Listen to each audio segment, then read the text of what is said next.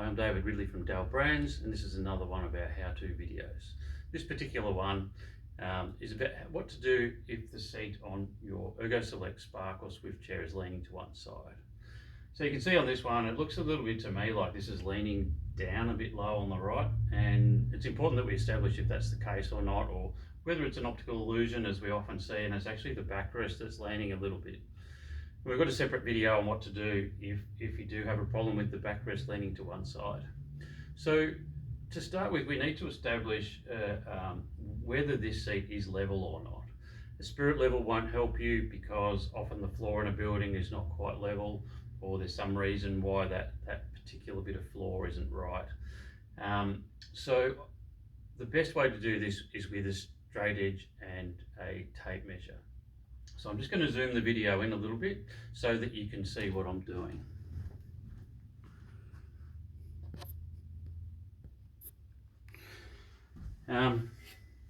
Straight edge and tape measure. So the majority of ErgoSelect chairs have a seat slide on them. The seat slide on these mechanisms is a very heavy duty seat slide, and it does require some movement to operate correctly. I don't know if you can see this, but this chair, you can see the seat is moving quite a bit from side to side when I lift it up. Now it's important that you take that into consideration when you're measuring this. So if I look at this one on the right here, I measure to the floor from the straight edge, and this is sitting at about 550 millimeters from the floor to the bottom of this, at the same time as I'm lifting this up to the top position. If we measure to the top position on both sides, it will establish whether it is leaning to one side. So that was around 550. If I take a look at the other side, lift it up as well, I have 548. So 548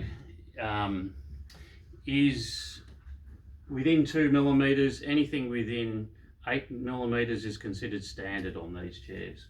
So this particular chair, the seat is not the problem. I would assume it's the backrest. But I can show you what to do if the seat was leaning a little bit to one side, and how to fix that really easily. I'll just show you the underneath of another chair I have here. So this is the under seat of the same chair with the same mechanism and the same seat.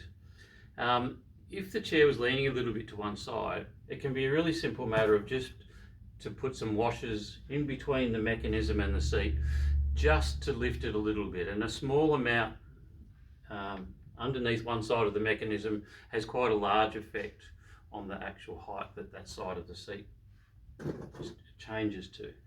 So it's possible to just undo the 3 screws that are down the side.